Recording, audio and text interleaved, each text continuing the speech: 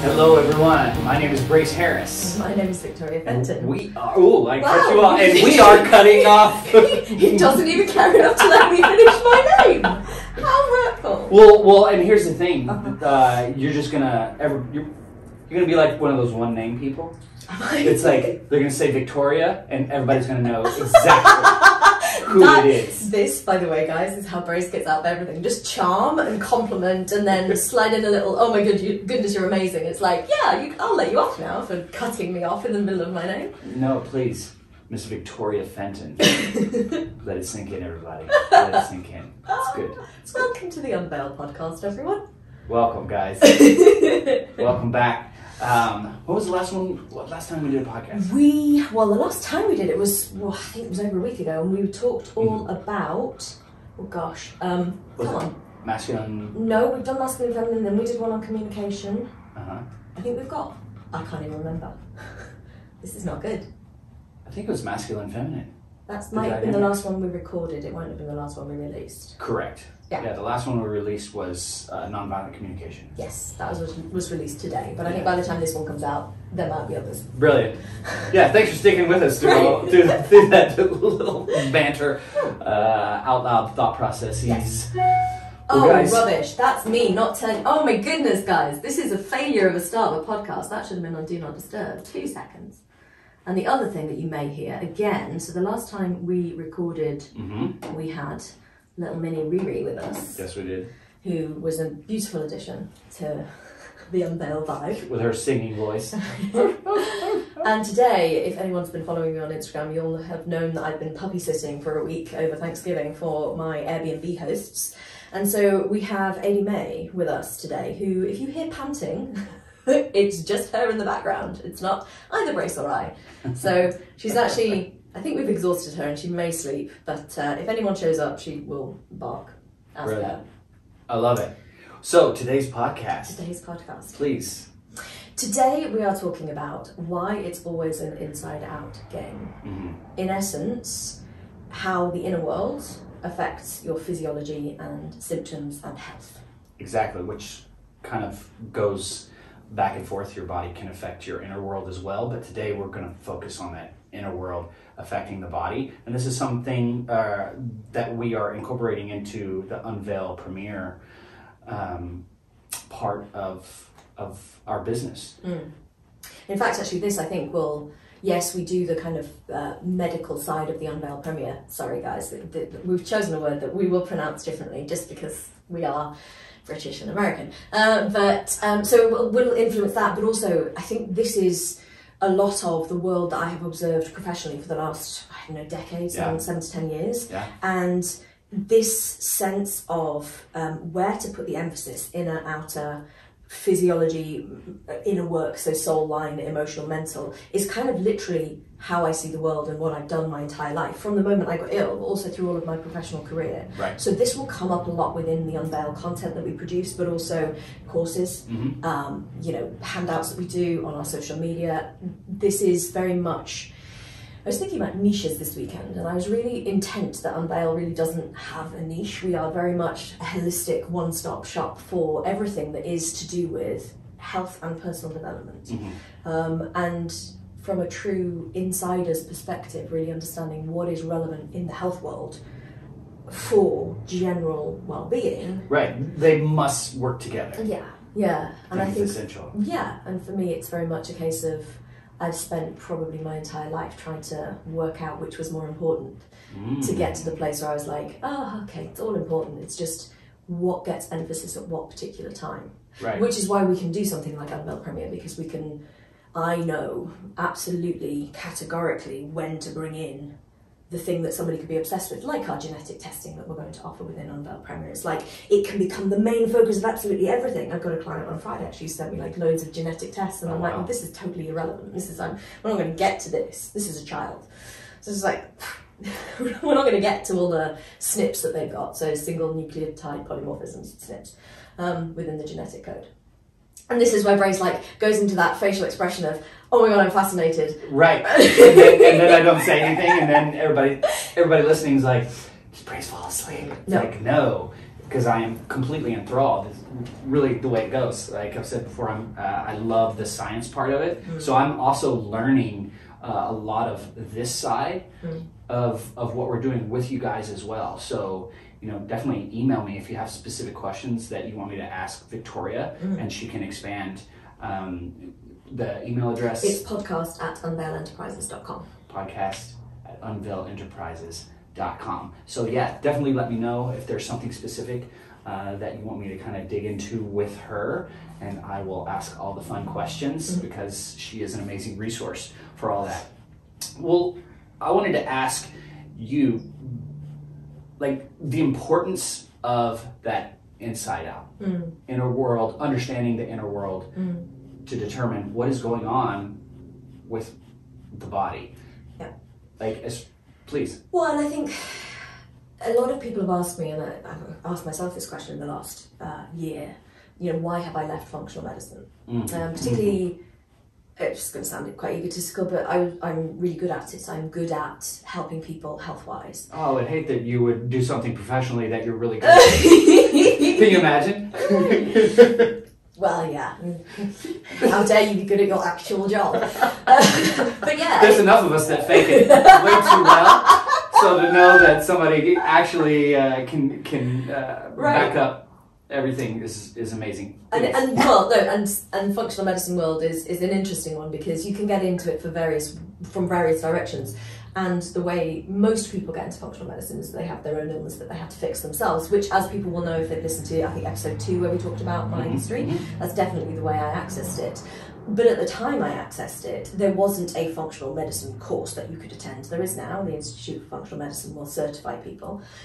So I basically had to bolt in all of these various disciplines, from nutrition to diet specialisms to gastrointestinal health to genetics to hormones to everything, and kind of made my own education, basically, just through doing self-study as much as I could. And I think actually I'm so blessed that was the way I did it, because I didn't get given this is how you do functional medicine roadmap, which meant that always my thinking about functional medicine was very organically rooted in what functional medicine is, which for anyone who doesn't know, it's systems biology. So it's thinking of the human organism as a set of interconnected systems, all of which influence the other. And so when you're looking at illness from a functional medicine lens, we're not actually looking at the symptom necessarily, the end result symptom, which is very conventional medicine. There's a symptom. What pill will resolve that symptom? Right. We're asking why all the time. So you become like an irritating 3-year-old. It's like, but why? But why? But why? No, but that's good. I mean, what is it? It's like behind every behavior there is a feeling, and then behind every feeling there's a need.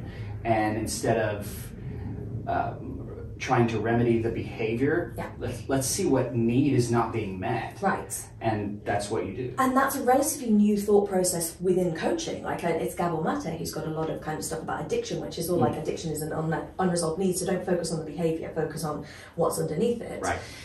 Within functional medicine, you're beating up against a long, long history of the conventional medical approach, which is built on finances, insurance models, all that kind of stuff. Right. How quickly can we get this person out of the office? Exactly. Whereas within functional medicine, we're genuinely doing the same thing that you've just mentioned from a physiological perspective. So it's like, if this symptom is occurring, which system is that within? How is that system being affected by what's underneath it? And how far back up the chain can you go? Like how high in the river can you go to stop that bit happening so you change the flow of the river all the way down? That's the thought process behind functional medicine. And at its heart, it's a really good way of thinking about medical stuff, you know, health, physiological health stuff. The biggest problem with it is that, particularly now, and particularly because it's been quite unregulated, you get people who are saying, oh, the root cause is, for example, small intestinal bacterial overgrowth. And they're not then questioning, but why the small intestinal bacterial overgrowth? They're stopping with the diagnosis rather than keeping going back up the chain. Got it. And it's become a bit of a lazy way to do functional medicine, because as soon as you've got a label, you've got a treatment protocol. And this is why I was very lucky that I didn't have the roadmap, because I had to just know all the supplements and how they interacted with medications, and I've done a lot with mental health, so I have to know psychopharmacology and all that complex stuff behind it. But I haven't got like, ooh, here's my stock standard treatment protocol for as soon as I hit that diagnosis, because I'm still asking why. I'm still going, hang on a second, why is that the case? And so there's a lot of nutritionists out there who are very good. There's a lot of functional medicine and nutritionists out there who are terrible at what they do because they're just constantly giving you the same protocol and not saying, well, if this isn't working, or if this is a condition which they've named recalcitrant, i.e. it comes back again and again, just keep treating it, because it worked last time. So it didn't work because it didn't really go away. Did it? Right. Yeah. So it sounds to me that this type of approach gets to be catered to the individual as opposed to this is the problem, quote unquote, that we're seeing. Yeah. This is the remedy, and it's going to be the remedy every single time. Yes. It's like you get to adjust. Yes, and at its heart, functional medicine should be personalised medicine. I love it. It really isn't now. It isn't. There were 4 Ps at the origins of functional medicine. Preventative, i.e. it should offset diseases happening. Personalised is another one, and a few other Ps that I never remember because, like I say, I didn't learn it from the rule book. Right. So, but you know, this personalisation tends to disappear when you get these training courses where there's just this X happens, you do Y, X happens, you do Y. And bodies are complicated. Yes. Let me wind back. Bodies aren't complicated. Okay. They are complex systems. There we go. And there's a huge difference between complicated and complex. A complex system, by its very nature, can't have a root cause for anything because it's a complex system. Everything is interdependent, which means that there's no root cause. So all of this functional medicine, let's find the root cause. It's like, no, there will be root causes. And even then, it's actually not one thing. So when you break this down for people, it's really obvious. It's like, if everything was the same within everyone's physiology, we'd all, let's take something topical, we'd all be exposed to a virus and all have exactly the same symptoms and problems as a result. The very fact that everyone's reaction to the virus that is in the news at the moment is completely different is based on individual physiology. So healthcare is not just about the external factors, it's about the internal ones too. And as soon as you start thinking in that way, you're already on like, well, hang on a second, the inner world's way more important. And when it comes to viruses and bacteria and stuff like that, we get into germ theory, as in the external thing is the threat, versus terrain theory, as in it's the combination of how that external thing hits your internal milieu, if you like, the world within. And that's where you get into really interesting healthcare. But it's complicated. Like, if I'm losing you guys, listeners, this is why. It's like thinking about health from a truly holistic perspective is phenomenally difficult to do. Yes, and for me, it very much parallels coaching in general. Yeah. It's like, because when you go to a coach, your individual life is unique to you. Yes. And everything that you and your coach do together must be specific to your needs as opposed to one size fits all for everybody, because that just doesn't work. So it's lovely that both of these are coming together under the Unveil umbrella. Yes, and I love that, because as we go forward with Unveil and all the things we're planning to build, it is difficult to teach people stuff without giving them the formula. But our mission is to allow people to know enough to know how to use all of the tools in their toolkit, not just to know that there's tools in their toolkit. Right. It's like, we're not going to teach you how to memorize facts. We're going to teach you how to take in data and then apply it accordingly to the system. So more critical thinking and analyzing of yourself, as opposed to this is what's happening and therefore this is the exact answer, because you're not a computer. Right. And there's certain tools and techniques, and I was actually listening to one of our podcasts over the weekend, and I mentioned that we'd done some work, and I said we did the empty chair process, and it's like, why you chose the empty chair process as my coach in that moment wasn't based on, oh, X is happening, let's leverage Y solution. It was, X is happening, let me feel into this, let me leverage my instinctive ability to know which tool will help. And that is a little bit true for functional medicine as well. It's not somebody presents me, and this is, so this is why I was always very good at functional medicine, because I didn't need the safety blanket of having to know the answer. There we go. Yes, beautiful. I was like thinking that the whole time and you said it. Brilliant. Well, it's true. It's like, when you first start doing functional medicine or nutrition, you feel unable to help anybody at all. Same with coaching, I think. Really, you kind of you leave your coaching like training, and you're just like, how do I do any of this? Yeah. But eventually I realised that the safety wasn't in having the answers, it was knowing that I didn't need to know the answers, because then you actually don't walk into it with like tension and I have my toolkit and this is what I will use. Yeah. And so very much when somebody presents me with a load of stuff, I'm not thinking, I'm not pattern matching. I'm not going, oh, I remember last time somebody came to me with this very similar thing, then I did this and this happened and it was all fine. I was always going, what's this person saying? What's this person not saying? What's this person, saying without saying it? What is underneath all of this? Which brings us back to the point that I was going to make earlier before we started talking about functional medicine, which is why I left functional medicine, is that I probably was never fully doing functional medicine in the first place. Yeah, it didn't ever, it wasn't, as much as we spoke, I was like, yeah, you were doing way more than just that. Well, I was coaching throughout, which is why when I now say how much coaching experience I have, I include all the times when I was doing functional medicine, because it is very much a case that when you're taking, particularly in a functional medicine intake, we spend an hour and a half to 2 hours with somebody. And the way I would do it is I would write their entire history down as they told it to me. And a huge part of the way I helped people was giving them their story back in black and white on a piece of paper. But also I used to have a section in my reports which often ran to multiple pages of my view of your case, my view of why this is happening for you. And I would almost retell their narrative from a physiological basis of all of the inputs and the impacts, from childhood trauma to virus to antibiotic therapies to random drug to adult trauma and then say, this is the picture of why your body is at the situation it's at. And I realised over time, when many people, many professionals said, oh my God, Victoria, you can't spend this much time on your reports, I just kept saying, but this is the medicine. This, taking somebody's story and actually allowing them to understand the legacy of their life events within the lens of physiology and through the lens of physiology, is the medicine. And as I started to realise that, I started to finally accept that I was a coach through and through and not a functional medicine practitioner. And I'm very lucky because I've got all the physical explanations that I can give people. But I was definitely, I remember saying so many times, we'd get to the end of like 90 minutes in a session and I'd say to them, I know I haven't told you what I'm going to do and what supplements I'm going to give you and what nutrition I'm going to recommend, because like I'll put that in the report, that doesn't really matter, this has been really important. So that's kind of the way I ended up doing most of my functional medicine.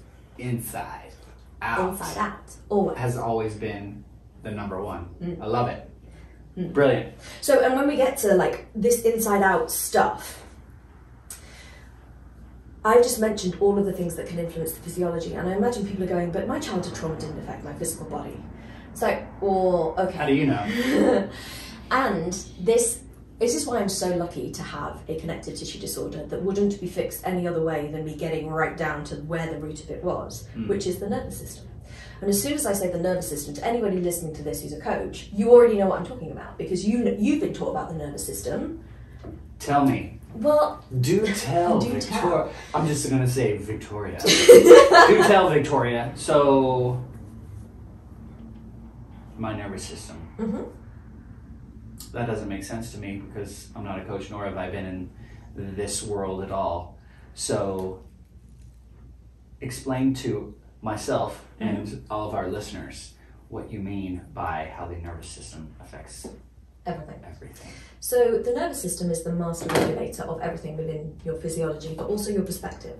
So the nervous system has the master control organism of the brain, but has a ton of nerves throughout your entire body. And essentially, it's taking in information from your internal world and information from the external world, dropping it into your processing system, the brain, and then telling your body how to respond as a result of what it's receiving from that information to the highway. So, listeners, it's not your brain sending messages down into your body. It's literally your body sending a ton of information up into your brain. Then your brain is processing and then coming up with an answer and then sending that back out. Perfect. So the information must come in first. I think that's a powerful distinction to make. Yes. Yeah, and information from everywhere in your physiology, and also what you can see, smell, feel in the world around you. Exactly. And it's a sensory processing mechanism. And within that, when you come into the coaching reality, the major like leverage that you have within that system, because bear in mind, everything about the way you behave, think, how you act in response to life is going to be put through that system. So the coaching world takes the brain itself and says, okay, how have you learned to compute those messages? Can we reprogram that computational mechanism?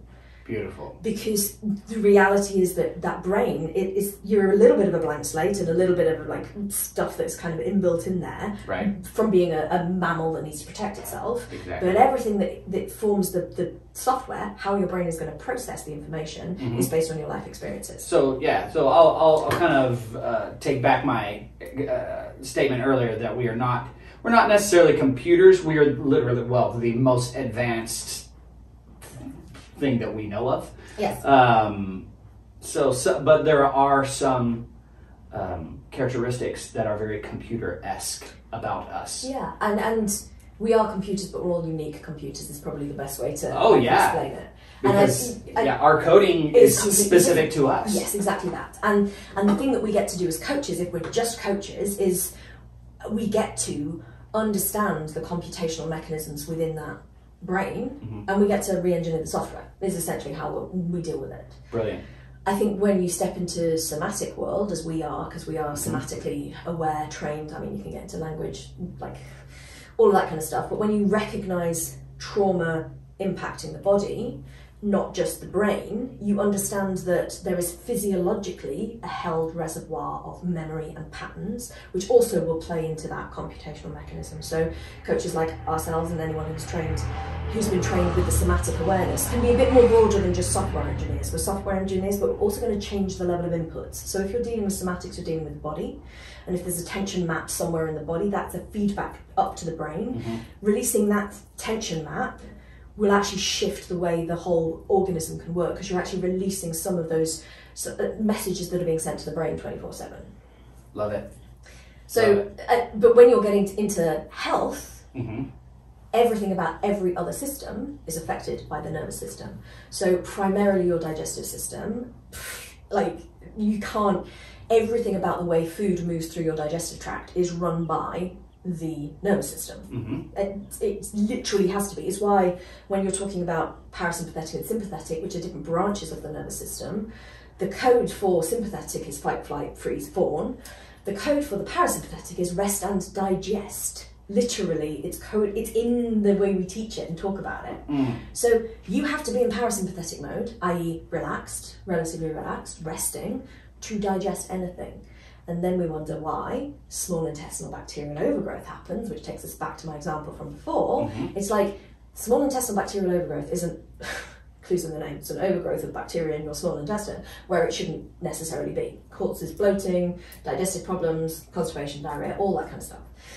But if everything about the small intestine is run by you being in parasympathetic rest and digest mode, you're back at stress being the major cause for digestive issues, not antibiotic therapies, toxins. And then we get to look at, okay, why are we stressed?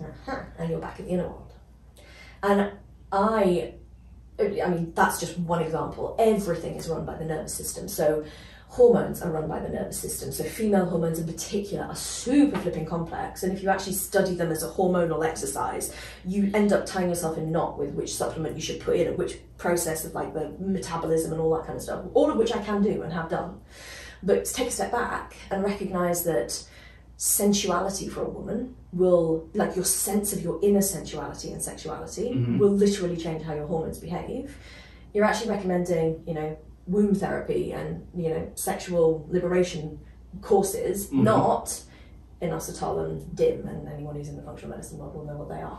Just literally supplements that you give to people to help them metabolize hormones better. Got it. And it's like, the more I started to actually give people lifestyle recommendations, the better they got. Yeah, I was gonna say, wouldn't it be so much better not just to get a pill, but a pill and then a way to make your heart feel softer and lighter and better, and your experiences of life more joyous, other than just taking a supplement every day.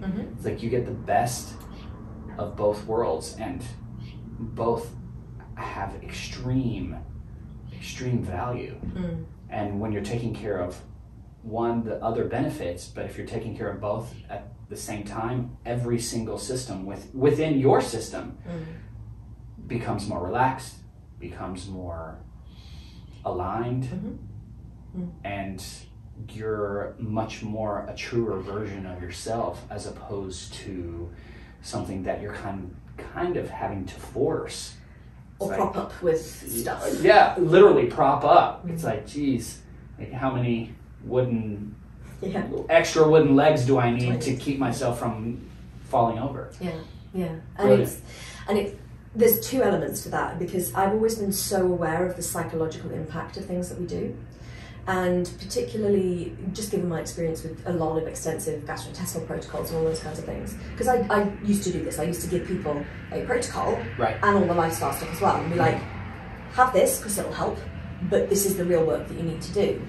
But there's a diminishing set of returns, because if you're waking up every morning or having to set a reminder on your phone to take a supplement between meals and all that kind of stuff, psychologically it's reinforcing that you're not well all the time, because you have to do X, Y, Z. It's like you kind of start to label yourself. Yes. So, and I really used to, people used to come to like the third appointment with me when we've done a treatment protocol, and I kind of pulled them off some, and they'd be expecting the next protocol, and I'm like, no, nothing now, because I don't want you to think that, I don't want you even anywhere in your energy field to feel like a dependency on this pill that you're going to go and take.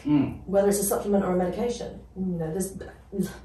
It's a means to an end. Right, but caveat and back all the way up. If you're on medication, don't stop it without consulting with somebody. Some situations you absolutely need to take medication, blah, blah, blah, blah. And, you know, but that identification, I knew from my own experience, and from one of my super early clients, and I remember her to this day, she'd been told she had autoimmune thyroid condition, an autoimmune thyroid condition. It had completely swung her life. She'd been so concerned with reading all the books and all the stuff and everything, absolutely everything. And she came to me and she said, I really need to outsource this to someone, I need to trust someone else. And I looked at her blood results, and sure, technically on one of the antibodies to her thyroid, she was in the red. But marginally, and in the marginal range where even functional medicine practitioners don't freak out about it. And I literally just looked at her and said, but you don't have an autoimmune thyroid condition. And it was like, she still, months, even years later, was super grateful, because I'd removed a label that had been placed on her, and it actually liberated her up to see things totally differently. And it's another reason why I've distanced myself from functional medicine, because if I tell you you've got SIBO, right now, SIBO is small intestinal bacterial overgrowth, I'm just going to keep using it as my example, you'll go onto Google, because everyone bloody does. You go onto Google and you start researching on Google, good luck, but you turn to Dr. Google, and then you become so identified with this complex that you can read somebody's blog and they say, oh my god, it's never going to go away, and it just becomes enormous, when literally I could have given you some oregano oil and you'd probably have been fine, as long as you managed your stress. So would you say it's more beneficial to just take in the data as just what it is, data, and then not add anything else to it? It's like, yeah, you may read something and it sounds catastrophic for your world, and it may feel like that, but that's because you're attaching a story to it. Right. It's like, this is the dun dun dun, this is it, you know, or you know, I'm never going to be the same again, or my lifestyle is going to have to change. It's like, okay, breathe and really look at how that emotional connection to that may be also affecting everything else that is going on. Really great point. Like a really important point for anybody who's got a condition that they're dealing with at this moment in time. You know, we don't ever get. It's the human condition to label things. Yes. There's a huge power in labeling things, actually. It makes us feel in control. It empowers us to understand how to deal with it, but also how to talk about it. And we are a conversing species. So you can't just go around and say, I have this constellation of symptoms, and then list them, when you could just use a label, and then the other person would understand it way easier. But you're right, it's the emotional attachment that you have to it, whether that's specifically to the condition, or whether it's to having a condition in general. Yeah, and I'm also not trying to dismiss your feelings about whatever you may be working with and through either. that's something that you get to explore about how you feel about this, or why you felt the way you felt about it initially, because that is all going to be determined by your unique life and what that means for you.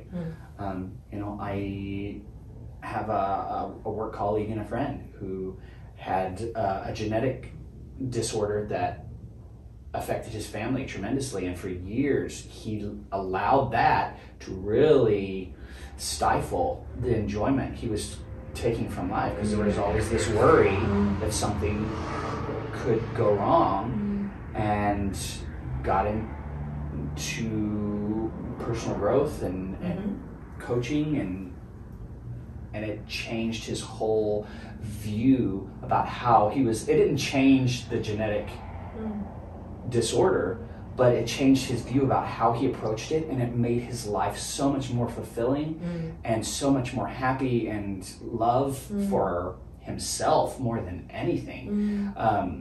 But his story is a great example of, you know, working that inner world, and it may not have, well, I think it affected the way the disorder was affecting his body. It didn't make it vanish or go away, because he is with the body that he was born with, and there are certain things that come with that, but his ability to adapt to the circumstances that he had emotionally and energetically, and the way he was able to open up to the rest of what life had to offer, instead of having almost this like dam built in the river of his life that was like throwing off the flow. He was able to remove that dam and let the water flow as it was meant to, and it was just brilliant for him. And that's a beautiful example, because I do have a slight hesitation when I talk on this subject, because the three things that come to mind is, you know, somebody who's just been diagnosed with cancer could be listening to this, and then suddenly worrying, oh my god, did I cause it myself, and all that kind of stuff. And we're not being that reductionist, that's not what we're saying. And the other one that I always think of is kids with illnesses, because it's like, did they cause it themselves? And again, not what we're saying. And I do have personal theories and feelings about those two situations, definitely. It's probably a bit too much for the context of this podcast, but if we end up there, I'm more than happy to share, because I've had to think about why these things would happen in our worlds. And the other one I think about is Alzheimer's, is what, neurodegeneration of any kind. I do, like, because I know how hard it is to accept illness, especially when we're saying it's an inside-out job as well as an outside-in, and it's a multifactorial thing. But I love that you used a genetic example, because for anybody who doesn't know, and just if you've heard this story before, I apologise, but people will be new to this podcast, but I have a genetic connective tissue disorder. And I'm still working out how to relate to it. I really am. Like, I've tried to, I mean, at first it was massive celebration, because it eclipsed the diagnoses that I'd been given for a decade. So, yay! And then you fall into it, and then you fall into thinking of all the limitations that it gives me.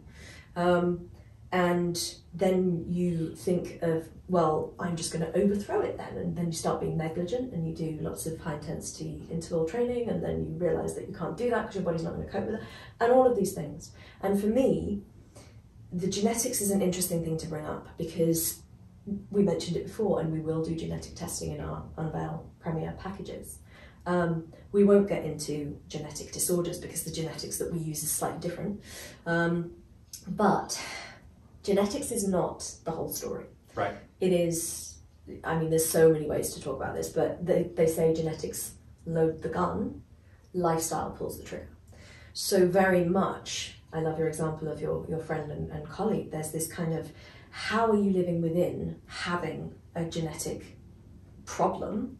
Because epigenetically, as in everything else that isn't genetic. So epigenetics is a complicated way of saying lifestyle, nutrition, lifestyle, toxins, all of those external factors which can influence literally your genetic expression, what's turned on and what's turned off, what's preferentialized and what's not. And there are certain things like eye color and height and all that kind of stuff, which is very set.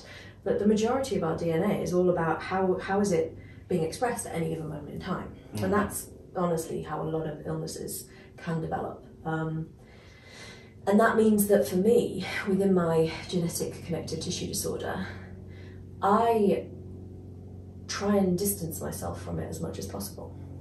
There are certain things, like we took this dog that you can probably see for a walk earlier, and she was pulling quite a lot, and I'm very conscious that if she was doing that for me, I would maybe dislocate a shoulder, like quite legitimately.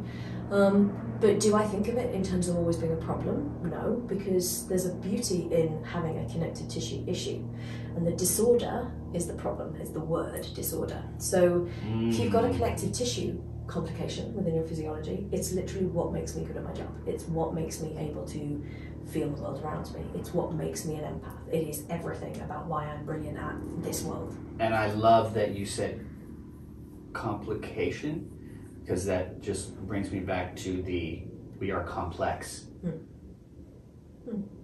And, I love it. And truthfully, the biggest part of a connective tissue disorder, and this will be helpful for anyone with a connective tissue disorder, and you can't get out of using that word, but is the nervous system, which is why I know so much about the nervous system, because I was trying to fix it from a digestive perspective, or a connective tissue perspective, like a rheumatology perspective, or an immune perspective. Particularly for me, I had a lot of immune-led problems, and I realised that everything that you do to try and regulate the immune system has a control element to it. You have to literally control your environment, control the food you eat, control the toxins you're exposed to, and all that. It's a tension map. You're actually building in control and fear and, oh my God, if I don't keep it this way, it's actually going to make it worse.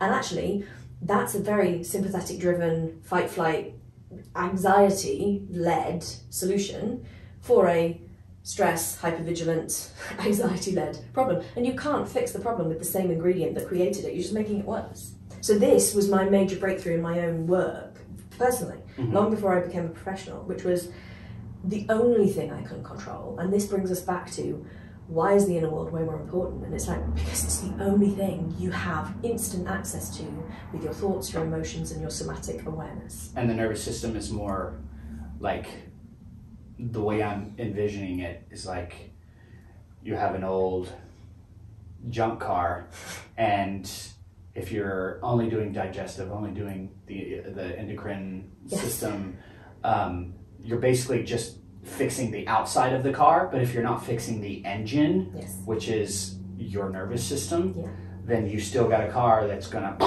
and backfire and do all things. It looks great on the outside, and there's a lot of good things you may be able to sell it like that, but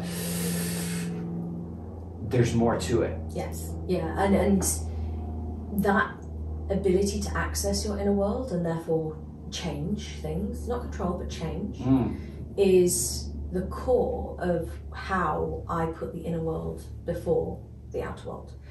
And that's relevant to speak about when it becomes like, why are we leveraging? Because like people will know, and we spoke about this before, that I was adamant to distancing myself from all the functional medicine stuff. Right. And then woke up or was walking around the duck pond, which we've told people about, and was like, oh, this stuff.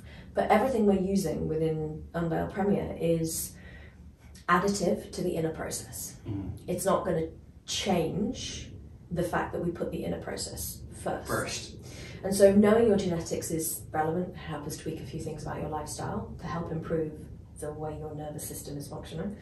Everything about your epigenetics is geek factor, to be honest. It's just interesting because we measure DNA age, so how old are you actually? And it tells us how is your behavior now affecting your the vitality of your DNA, essentially. Literally gives you leverage. It's like, hey, something needs to change. Right. Well, and then we can measure it. And the thing about epigenetics is, unlike genetics, it's repeatable. So we can measure it again after 6 months or 12 months, and we can say, are you still aging? So have we reversed aging? It's the way to reverse aging.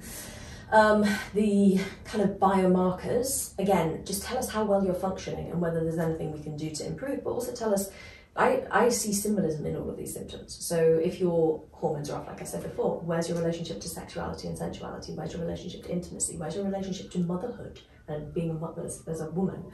And all of those give me information, additive information, and the health tech devices that we're using actually allow us to measure the nervous system. So the Aura Ring, probably just about see the Aura sizing kit box if you're watching the YouTube version. You know, these Aura rings can allow us to understand how well you're sleeping, i.e. how well your body is able to step into relaxation mode properly and how well regenerative that process is. And it can tell us literally your heart rate variability, which is how well is your nervous system able to adapt to the world around you. Which is informing us every single moment of every single day. This is real time, it's like being able to literally gauge real-time transformation. Right.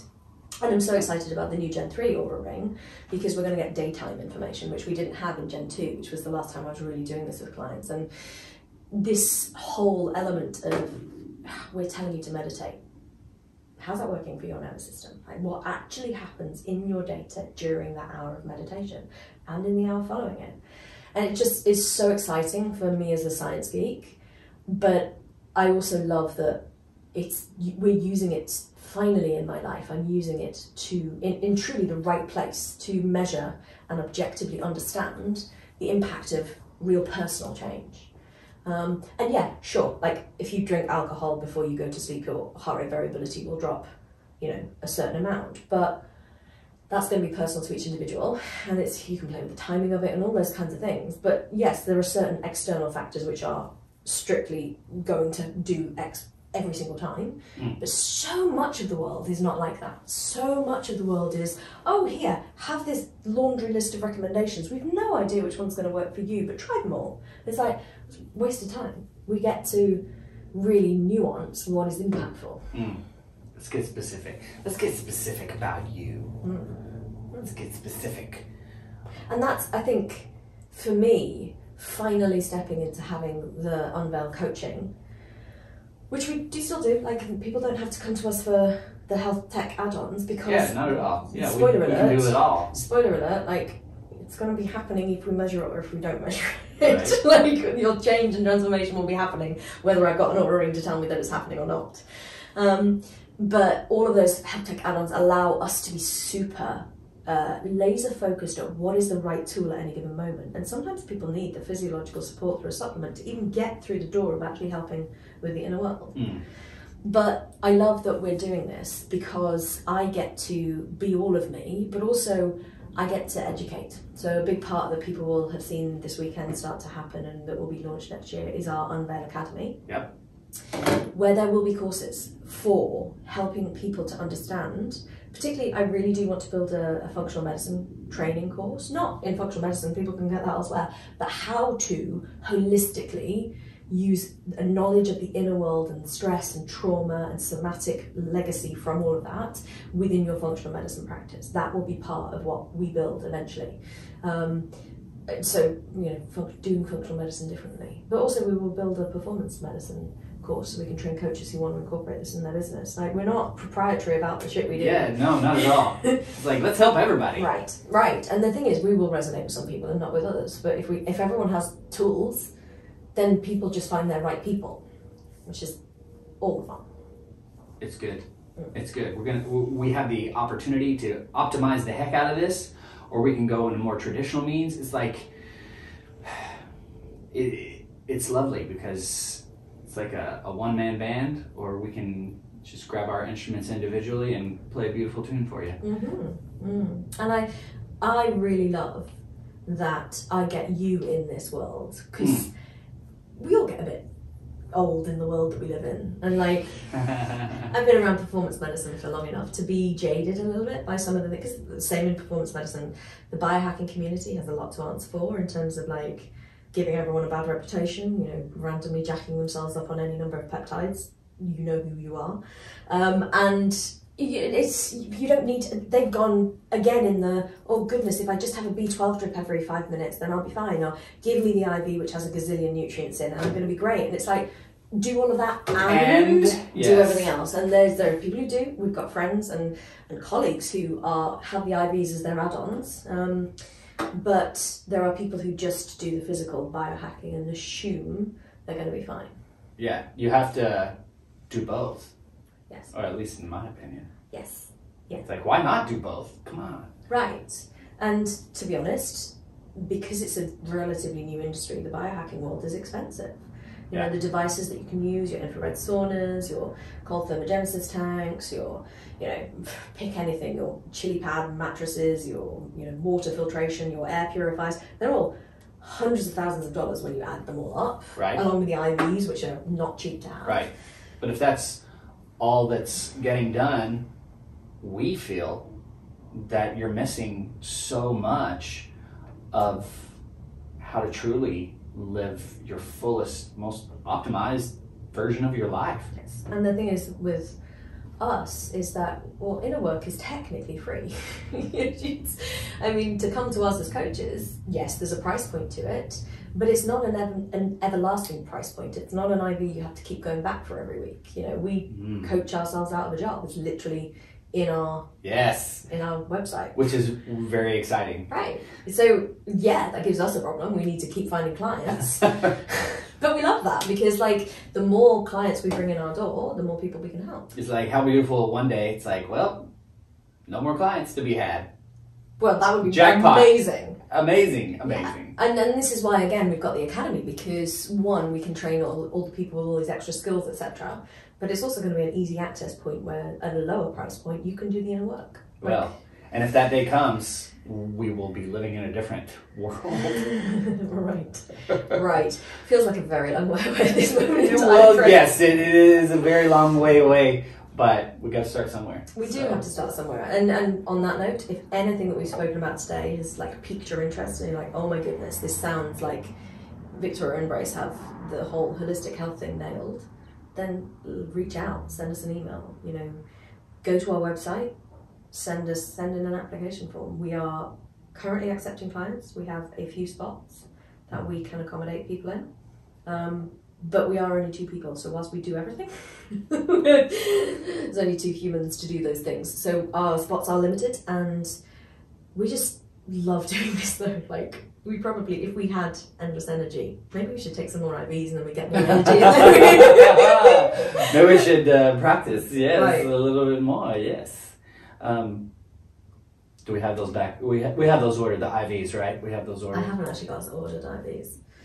And we've got the peptides. We'll see. We'll see what happens. We're biohacking with peptides at this moment. Because I'm also interested in that side as well. The like IVs. It's been so, because we've been so, focused on the coaching, and then bringing in the performance medicine is something, within the last few months that we've recently been like, hey, this is like, yeah. And the thing is, the beauty of being in this world and being a bit old in it is I know what works and what doesn't. Mm-hmm. I also know when to use a tool. So if you're having an IV every week, okay, great. But where are you noticing the difference? And having that ability to know, okay, so this is when you might need it. This is when you don't really need it, and all those kinds of stuff. And like, spoiler alert for IVs, you're getting quite a lot just from it being a saline solution. Like, just take some electrolytes, guys. Like, and again, like, you probably won't know about electrolytes. And I'm like, yeah, well, we can electrolyte... Gatorade. Well, yeah, but no. Please don't take Gatorade as an Unveil recommendation. Go to well, that's as far as I know, as far as the science of it. If you want your electrolytes, you're going to Elements, LMNT. LMNT. Yes, you can sponsor us, guys, if you would like to. Yeah. No, Element is one of the better electrolytes. Love it. Yeah. So... and developed for people doing keto and all that kind of stuff, so that they don't pass out. And again, your nutritional landscape will massively impact your ability to do anything and the health of your vehicle. So a million people are fasting and doing keto and doing crazy shit, which they shouldn't be doing. And your fuel is important. It is. And your relationship to your fuel is even more important. And that is the secret world of Victoria, where she will, anyone who wants to coach with me and has food issues or weight issues, I have got you covered. Rock and roll. That was extremely informative. Did you like that? I loved it. Good. I've realised I've talked a lot today, guys, but this is like my... This is her steez, absolutely. Yeah, so... Great. Thank you so much for sharing and answering my questions and letting me chime in every once in a while. I find it very fascinating, and the potential for, I keep using the word optimizing, but even for myself, like you were able to give me a couple of things. Like, I've got a bum elbow that messed up, and it's been a year and it's still a bum elbow. Like, just things that could help that heal a little bit quicker. And it's not because I had a trauma that happened. It's just one of those things. So getting both going and being able to heal my elbow means I get to get in the gym, which also gives me a a boost into my inner world, a boost as well. Well, and literally, so anyone, any man particularly, well, women as well, or slightly different hormones, but any man who goes into a gym to lift heavy stuff, you get a testosterone boost. So you feel more. This is not placebo. It's not, oh, I feel good because I know I've done the right thing and gone to the gym. Yeah, it's like literally you get all the right hormone boosts. Everything about the body is just messages and signals. Like, what messages are you sending? I love it. Awesome, guys. Well, I hope everyone really enjoyed this. I enjoyed it immensely. Thank you so much for giving us a little insider info into your world and what, you know, you specifically have had many years educating yourself. Thank goodness, because we get to reap the benefits of that. Well, because it's not this structured. This is this is the B remedy for that. So yeah, it's a huge opportunity. Thank you for anyone listening. And it's always been my goal that if I can avoid anyone else having to do the stuff that I had to do, then that's job done. Brilliant. Awesome. Great work. All right, but for now, my name is Brace Harris. And I'm Victoria Fenton. And we are Unveil.